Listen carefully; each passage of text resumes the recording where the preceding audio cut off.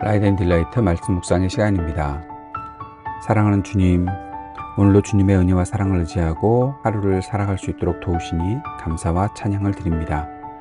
오늘도 주님의 말씀을 묵상하며 주님과 동행하는 기쁨을 누리기를 간절히 원합니다. 우리를 성령으로 충만케 하셔서 말씀을 읽고 생각하고 묵상할 때 깨닫게 하시고 깨달은 말씀을 그대로 우리의 삶으로 옮겨갈 수 있도록 주님 우리를 붙잡아 주시옵소서. 예수님 이름으로 기도드립니다. 아멘. 오늘은 요한계시록 1장 9절에서 11절까지의 말씀을 함께 읽고 묵상하겠습니다. 요한계시록 1장 9절에서 11절까지의 말씀 새 한글 성경으로 읽겠습니다. 나 요한은 여러분의 형제이며 예수님 안에서 큰 어려움과 나라와 견딤에 여러분과 함께 참여하는 사람입니다. 그런 내가 밤모라 하는 섬에 유배되어 있었습니다.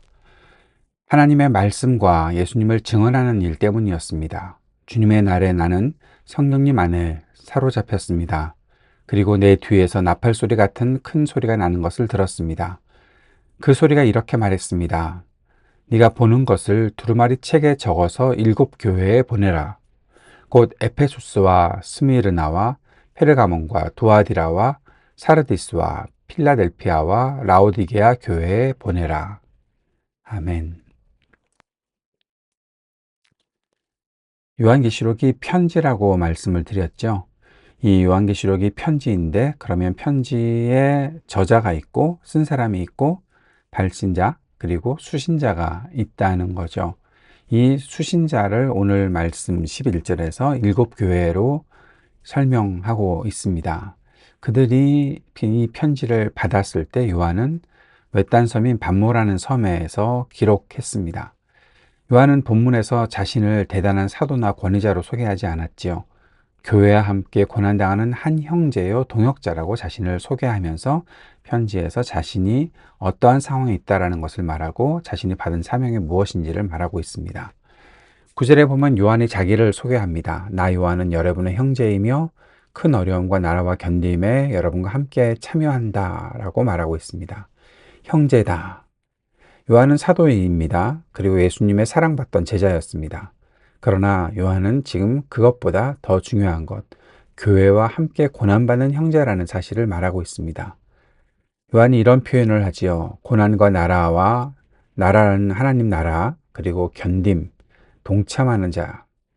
동참한다라는 것은 깊은 연대와 일치를 이루고 있다는 거죠. 단지 당신들이 당하고 있는 고난을 내가 안다.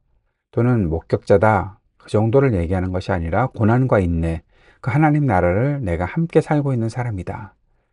고난과 인내와 하나님 나라가 연결되는 것은 하나님 나라를 추구하며 살기 때문에 세상에서 받는 로마의 압제로부터 받는 박해, 그 고난과 인내가 있다라는 것을 말하고 있죠. 이 모든 것에 동참하고 있는 사람이다라고 자신이 그렇게 소개하고 있습니다.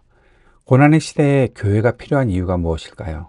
그것은 명령하는 권력자로서 군림하는 것이 아니라 함께 짐을 지는 형제로서 있어야 한다라는 사실을 요한은 이 메시지를 통해서 주고 있는 겁니다.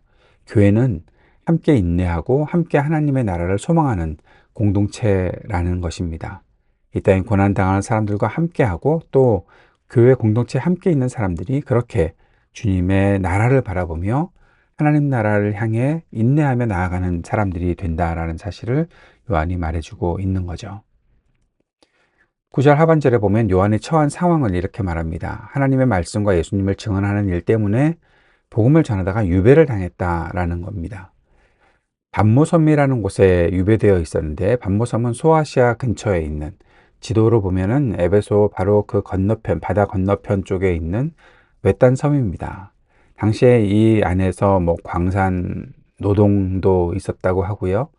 또 그 안에 가두어 놓는 것은 유배해 놓는 것은 감시 목적으로 그곳에 보내는 거죠. 이 사람이 수상한 일 하지 못하게 감시를 하기 위해서 보낸 것입니다.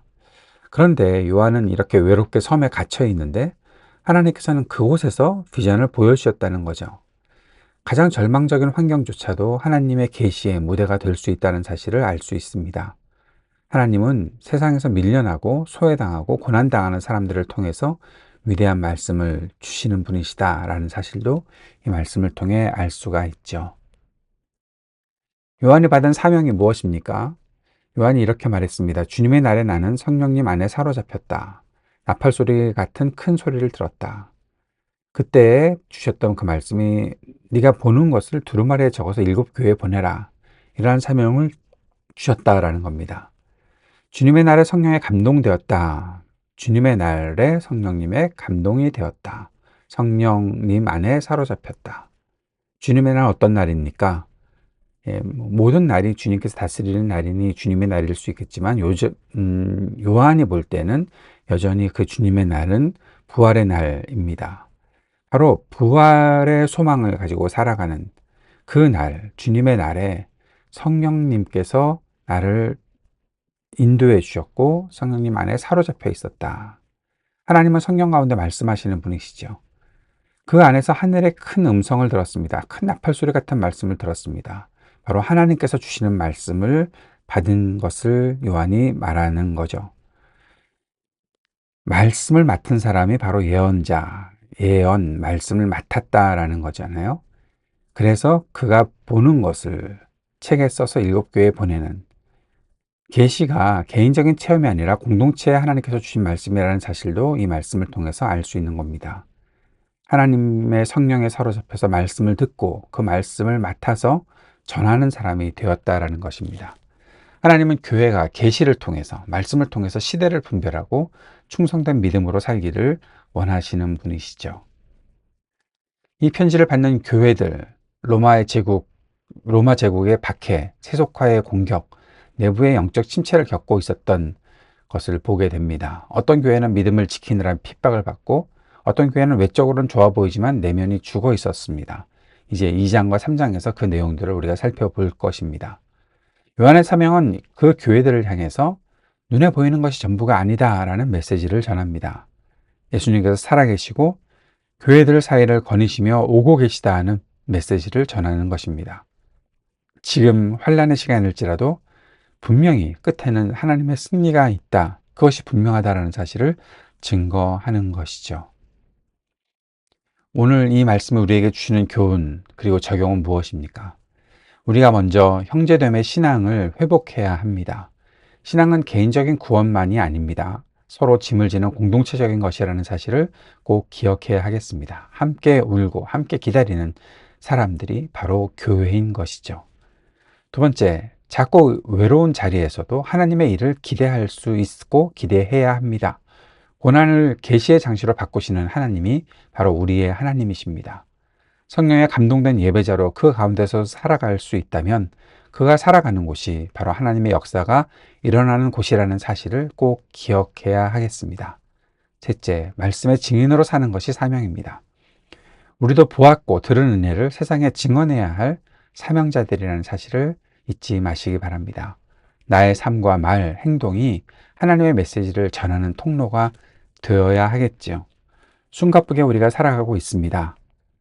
지금 제가 속한 공동체가 수련회 중인데 우리 청년들이 수련회를 하면서 저녁 8시에 함께 모여서 같이 수련회 시간들을 보내고 있는데 너무 어렵습니다. 힘든 상황입니다. 그러나 그 속에서도 우리가 꼭 해야 할 것이 있습니다.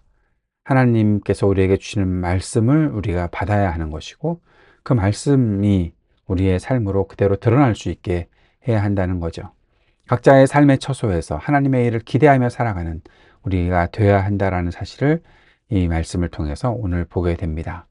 오늘도 여러분이 있는 자리가 예배의 자리가 되고 여러분이 있는 자리가 하나님의 역사를 나타내고 증거하는 자리가 될 수 있도록 주님 앞에 붙잡혀 있는 성령님께 붙잡혀 있는 우리 모두가 될 수 있기를 바랍니다. 주님께서 가르쳐 주신 기도 함께 드리겠습니다. 하늘에 계신 우리 아버지, 아버지의 이름을 거룩하게 하시며 아버지의 나라가 오게 하시며 아버지의 뜻이 하늘에서와 같이 땅에서도 이루어지게 하소서. 오늘 우리에게 일용할 양식을 주시고 우리가 우리에게 잘못한 사람을 용서하여 준 것 같이 우리 죄를 용서하여 주시고 우리를 시험에 빠지지 않게 하시고 악에서 구하소서. 나라와 권능과 영광이 영원히 아버지의 것입니다. 아멘.